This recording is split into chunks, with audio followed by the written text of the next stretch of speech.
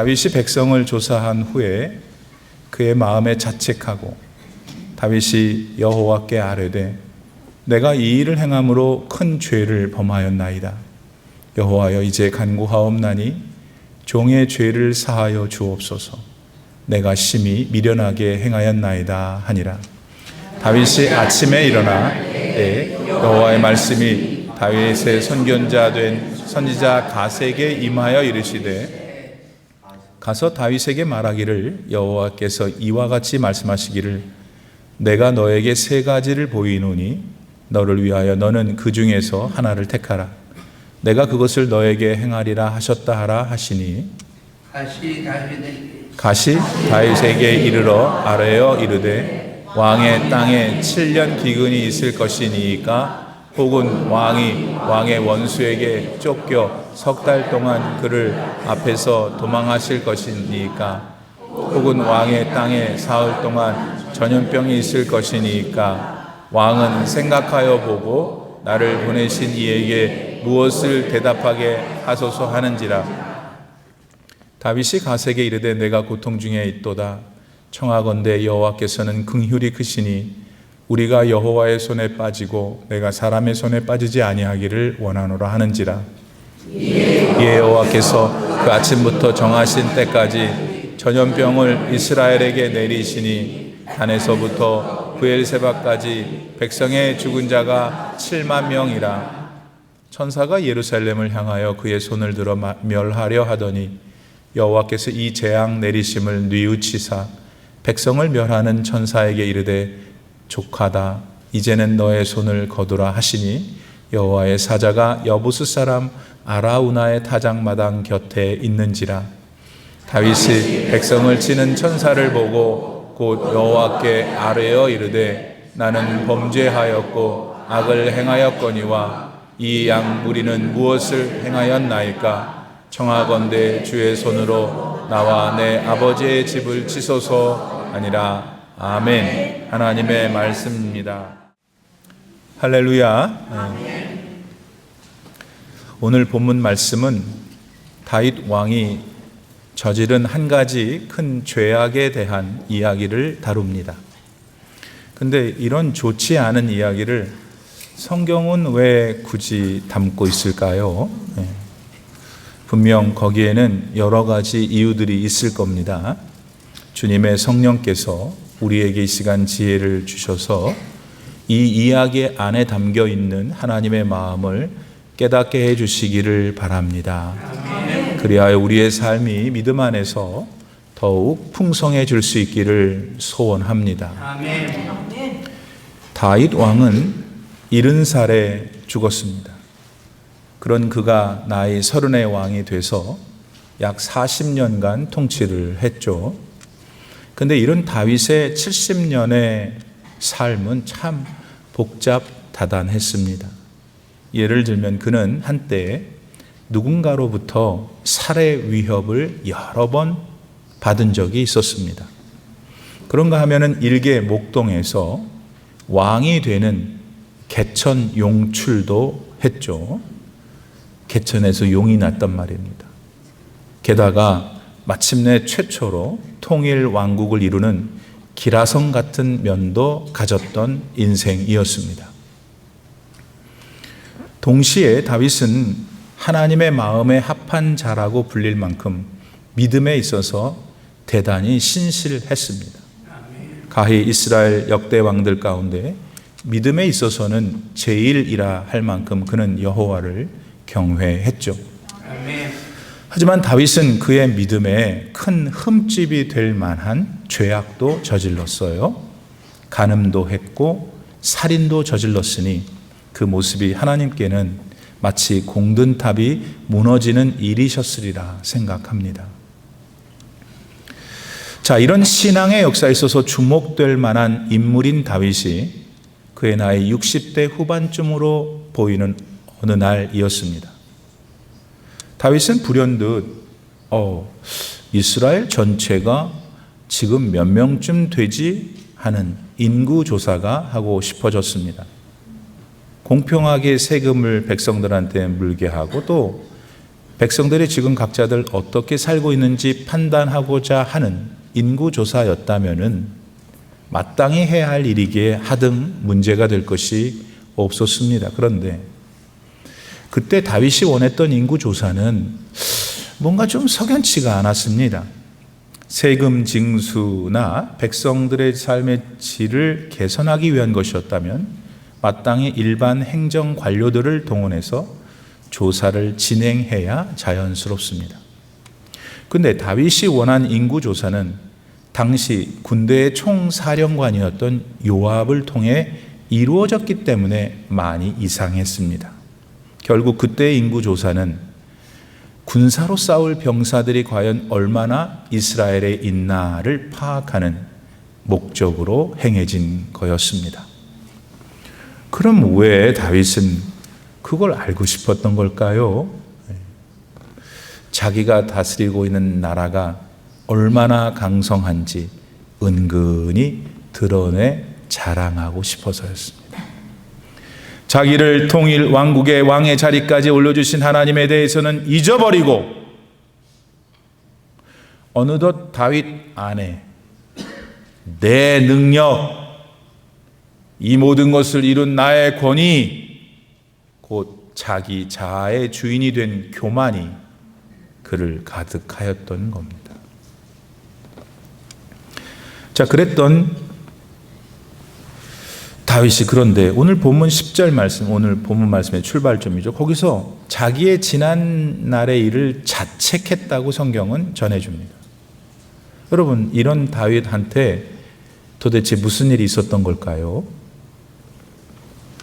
여러분, 다윗이 자기가 한 일에 대해 자책한 시점은 인구조사를 시킨 후 약 10개월 지난 뒤였습니다. 얼핏 생각해도 인구조사라는 게 뭐 하루아침에 뚝딱 치울 수 있는 일이 아니잖아요.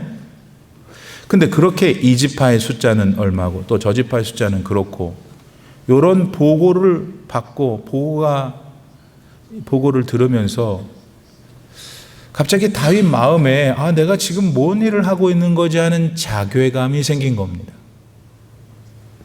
그 숱한 전쟁 속에서 전쟁은 하나님께 속한 것임을 몸소 체득했던 그였기 때문에 지금 병사 숫자를 세면서 계산기를 두드리고 있는 자기가 하나님 앞에서 얼마나 교만했는지를 깨닫게 된 것이었습니다.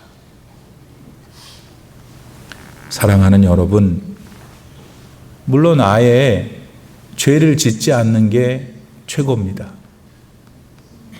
근데 지은 죄에 대해 인정하고 하나님 앞에 무릎 꿇고 회개하는 것도 아주 중요합니다. 솔직히 이 세상에는 지가 지은 죄가 뭔지를 똑똑히 알면서도 오리발을 내밀고 사는 사람들이 무척 많습니다. 또 아예 죄가 뭔지 모르고 그렇게 어리석음 가운데서 멸망의 길로 가는 사람들도 참 많습니다. 이럴 때 죄를 깨닫고 회개하여 용서를 받고 영생을 얻을 수가 있다면 여러분, 그 은혜는 얼마나 크고 놀랍습니까? 여러분, 면밀히 따지고 보면은 자기 죄를 깨닫는 건 쉬운 일이 아니에요. 더군다나 본문의 다윗처럼 10개월이나 지나서 그렇게 되는 일은 더더욱 어려운 일이죠. 근데 다윗에게 어떻게 그런 일이 일어날 수 있었을까요? 그거는 사람의 영 안에 임하시는 성령님께서 회개할 수 있도록 그 마음을 녹이시기 때문에 그렇습니다. 아멘. 기독교 신학의 한 기둥을 세웠던 히포의 교부 어거스틴은 그가 쓴 참회록에서 이렇게 고백했다죠. 나는 아기였을 때 내 모친의 젖을 빨다가 그 젖꼭지를 세게 깨문 일까지도 회개했습니다. 라고요. 여러분, 어거스틴의 마음을 그렇게 움직인 것은 예수 그리스도의 영이신 성령이셨습니다. 그리고 지금 그분은 이 순간에도 그렇게 하실 수 있습니다. 그러므로 혹시라도 살면서 문득 죄를 깨닫게 하실 때에 즉시 회개하고 마음의 평안을 누리시는 복을 얻기를 바랍니다. 자, 앞서서 죄를 지은 지 약 10개월이 지어서야 비로소 자책했던 다윗이 하나님께 회개를 했다고 말씀드렸습니다. 자, 그러자 11절로 14절 말씀에 보면 하나님께서는 그 일 때문에 다윗을 징계하십니다. 여기서 우리가 죄를 회개하면은 하나님께서 용서를 해 주시지만은 그 죄에 대하여 경우에 따라서는 징계를 하시는구나 하는 걸 아셔야 합니다. 그럼 여러분, 우리 하나님께서는 어떤 마음으로 우리를 징계하실까요? 그에 대해서 이제부터 말씀을 통하여 배우도록 하겠습니다. 징계를 결정하신 하나님께서는 당신의 종 선지자 갓을 보내서 다윗한테 3가지 벌 중에서 하나를 택하라고 하십니다. 여러분, 징계받는 사람한테 징계의 종류를 말해주면서 그중 하나를 택하라고 한다면은 기본적으로 여러분 무슨 생각이 드십니까? 그 징계를 통해서 징계받는 자를 살리려고 하는구나 하는 생각이 듭니까? 아니면 징계받는 자가 누구건 알 바 없고 그저 징계로 그를 괴롭힌다는 마음이 드십니까? 여러분, 하나님께서는 징계를 하실 때 그 징계 자체가 목적이 아니세요. 그 징계를 통해서 그걸 받는 사람이 더 건강해지기를 원합니다. 그 영혼이 더 자유롭고 그 삶이 더 행복하기를 원하셔서 징계를 하는 것이죠. 왜냐하면 그 사람을 사랑하니까. 그 사람을 당신의 자녀로 삼으셨기 때문에 그렇게 하시는 겁니다. 이에 대해 히브리서 12장 6절 말씀은 이렇게 확인해 줍니다. 주님께서 그 사랑하시는 자를 징계하시고 그가 받아들이시는 아들마다 채찍질 하심이라. 자, 선지자 갓이 다윗한테 제시한 그렇다면 3가지 징계는 무엇이었을까요? 첫째, 7년 동안 기근이 들 것이다. 둘째, 어떤 원수가 왕을 쫓아다닐 것인데 3년 동안 쫓아다닐 것이다. 세 번째 징계, 3일 동안 온 이스라엘에 전염병이 돌 것이다. 자, 여러분, 이 중에서 다윗은 뭘 선택했나요? 마지막 3번째 전염병이었습니다. 그런데 그 이유를 성경은 이렇게 전해줍니다. 14절 말씀을 읽어드리죠.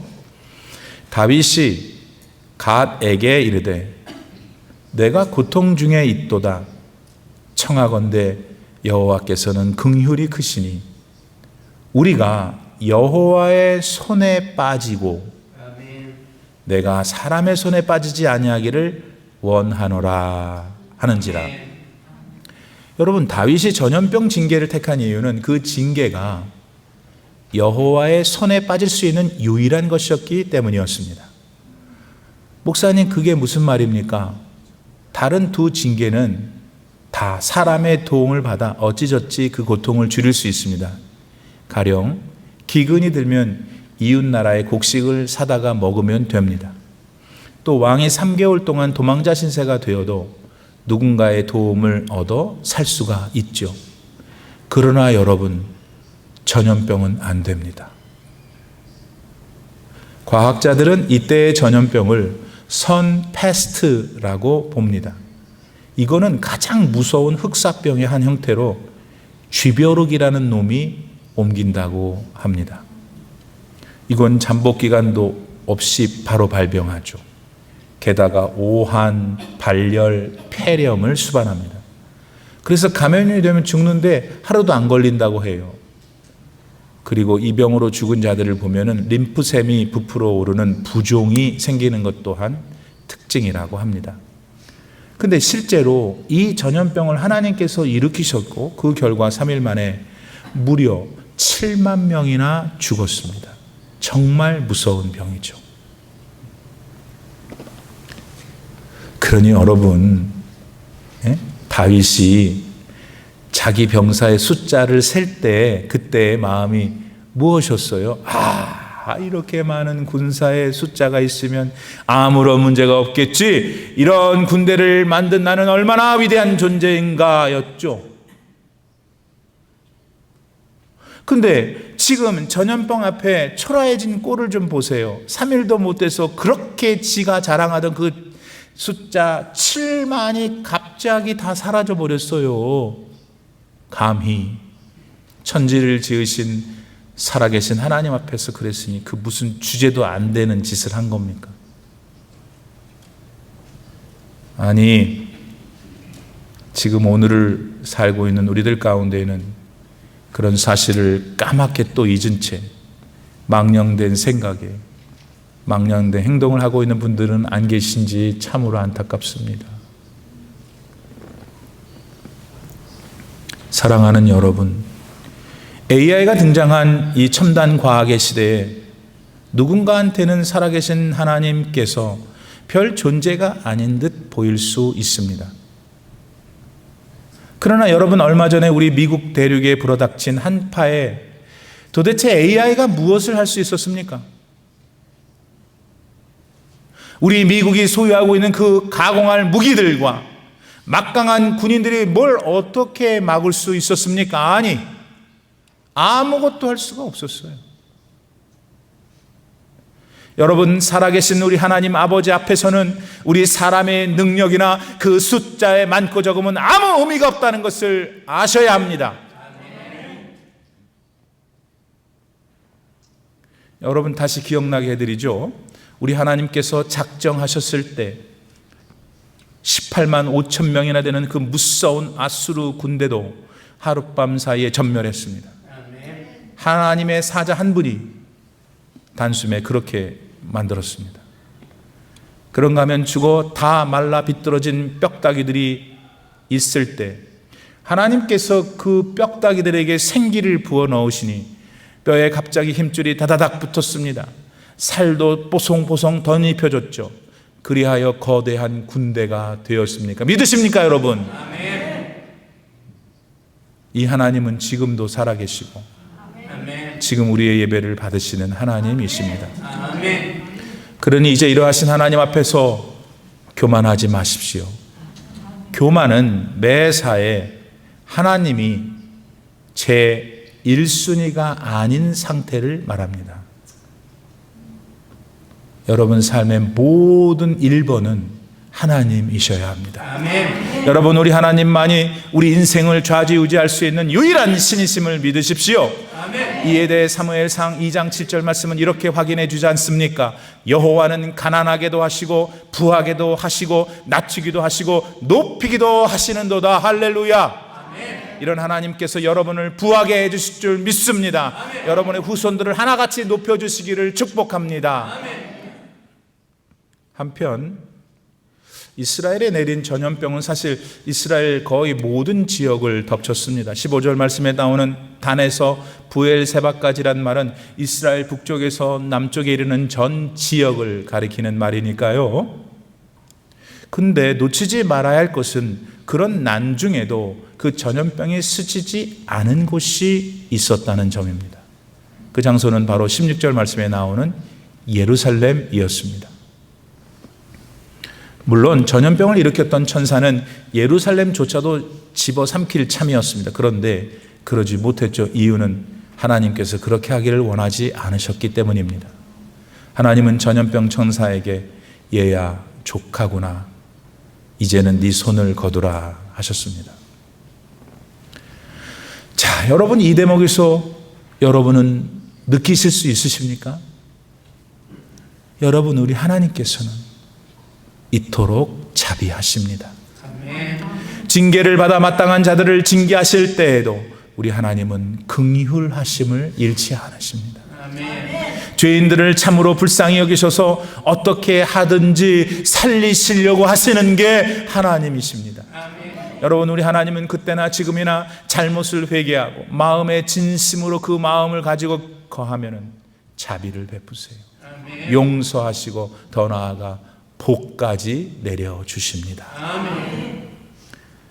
사무엘상 7장에 보면은 항상 하나님을 배반하고 우상을 섬겼던 이스라엘 백성들한테 어느 날 갑자기 블레셋 군대들이 쳐들어왔습니다. 당시 전력으로 봤을 때 이스라엘은 백전백패하게 생겼죠. 그래서 그들을 지도하던 당시 사무엘 선지자는 이스라엘 사람들한테 다 미스바로 모이게 합니다.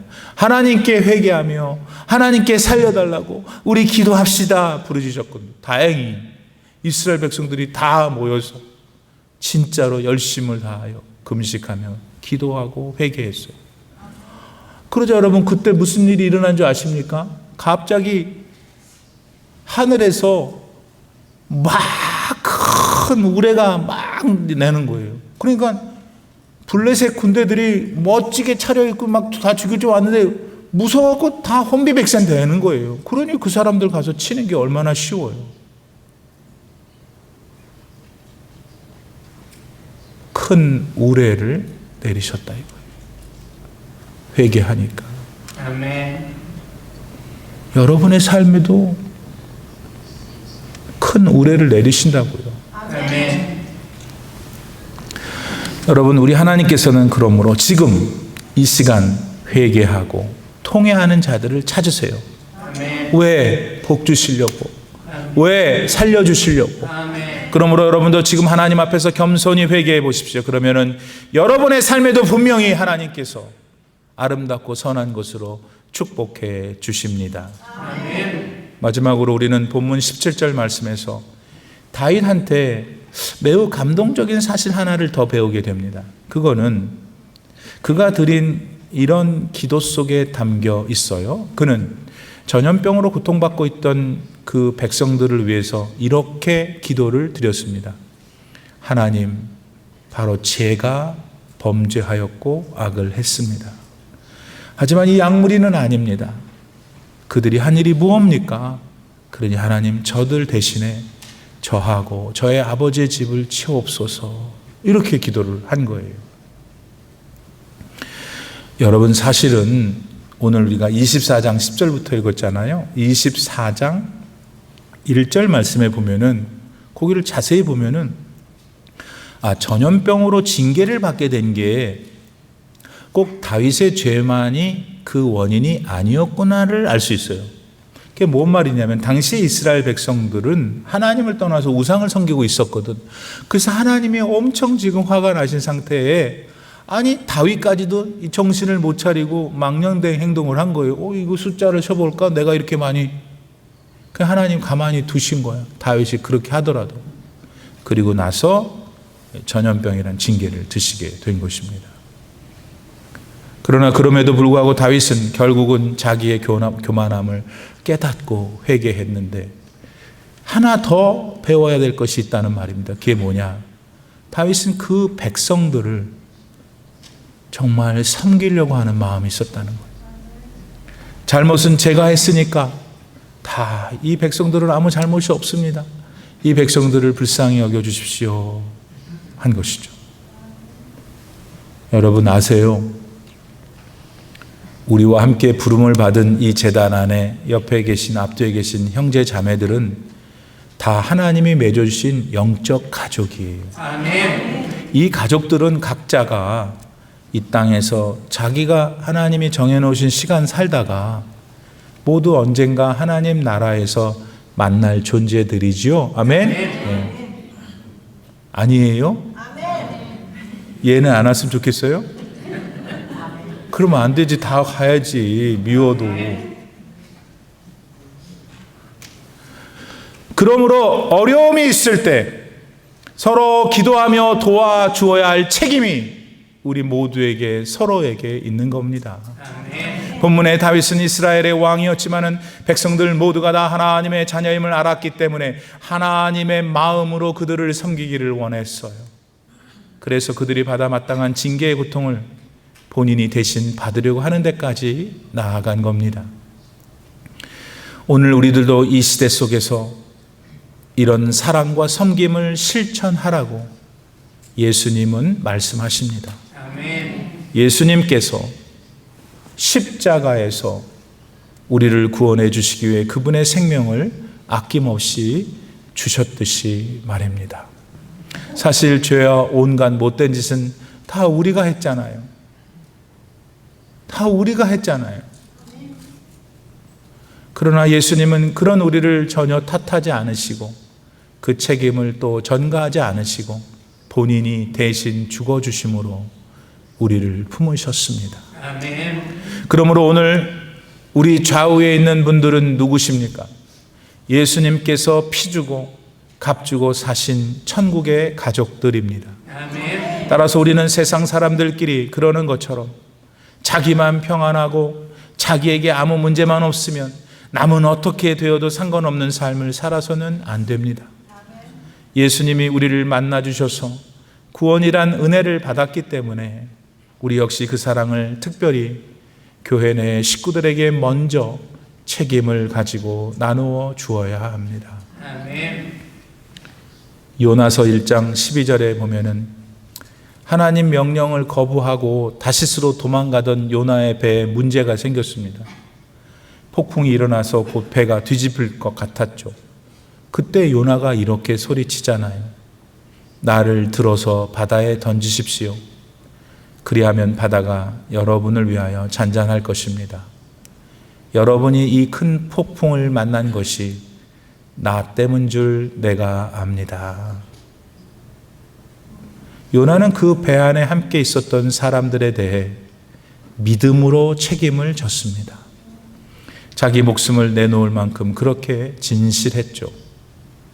비록 하나님의 명을 피해 도망치던 요나였지만은 그 안에 계신 성령님이 살아 역사하셨기 때문입니다. 아멘. 본문의 다윗도 그랬습니다. 아멘. 그리고 성령님은 오늘 여러분한테도 그런 삶을 살기를 원하십니다. 아멘. 2026년 새로운 달 2월의 첫 번째 주일을 주신 우리 하나님께 감사를 올려드립니다. 아멘. 그리고 이 새로운 달도 후회 없이 주님의 뜻대로 의미 있게 살기를 원합니다. 아멘. 그런 삶을 결단하는 여러분에게 예수 그리스도께서 지혜를 주시기를 축복합니다. 아멘. 또한 오늘 본문의 이야기 속에서 듣고 배운 것을 믿음으로 잘 소화하셔서 실천하는 여러분 되기를 바랍니다. 아멘. 그리하여 예수 그리스도의 고난을 묵상하며 그분의 삶을 실천해야 할 사순절이 시작되는 이달에도 여러분의 삶이 믿음 안에서 더욱더 풍성해지시기를 예수님의 이름으로 축원드립니다. 아멘. 우리 다 같이 잘